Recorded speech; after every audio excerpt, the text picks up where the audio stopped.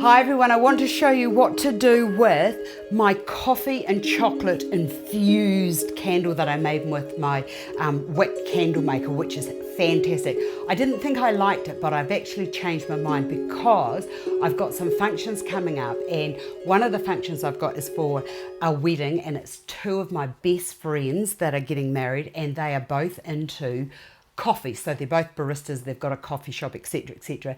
They wanted to know if I could do the table flowers for them, and like after a quick blink of an eye I said to them, yep, let's have candles, and I will make some of these little Hessian roses. Look at these, and I've made a little hydrangea here. I think these are just so cutesy pie. So they didn't want flory, they wanted something that was a bit masculine and manly and was there but not there. So this is what I've come up with, and look at those coffee beans, aren't they just so beautiful, and the smell here is delicious. Okay, so what I've done is I've got this terracotta pot. I've actually planted the baby tears on the top of it. Now they're looking a little bit, oh, are you going to live or are you not going to live? But actually they are going to live. I did this about a week ago, and already you can see, look at this into here, all those little babies are all starting to come up. So this is going to be my base. So I thought that was really solid, and it's a bit rustic with the terracotta. I put it onto a terracotta pot, and what I'm going to do is 2 or 3 of these in varying sizes to run along the table. So with my coffee and chocolate infused candle, I'm going to put that into the middle there.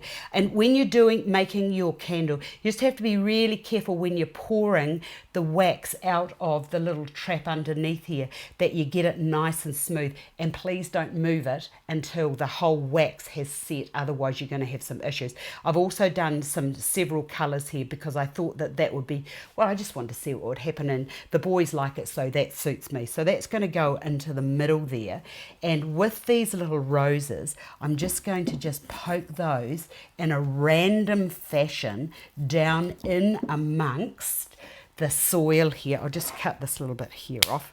I don't know why I use such big wire, but I'm going to show you how to make these little roses because they are so cute. So that can just go down into there, and I'll cut this one off here. I even went to this and made little leaves so that they looked all very nice and rustic. I don't know what's wrong with me. I've got too much time on my hand, I reckon.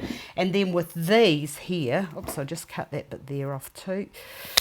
I'm going to put a little cluster of those down into there. Look at that. Doesn't that just look so cute and manly? I love it. It's just beautiful. And by doing the baby tears and doing this now and keeping them nice and moist, what will happen is the baby tears will grow and cascade down the side there. Now the other thing that I'm going to do is I'm just going to put a few little coffee beans round the side here, and if I can, fingers crossed, I've got a coffee tree in my garden. I'm going to cut some of the leaves off it, and I'm just going to trail those along the table. So there will be my lovely informal rustic male arrangement, and I'm going to do one that's a little bit bigger.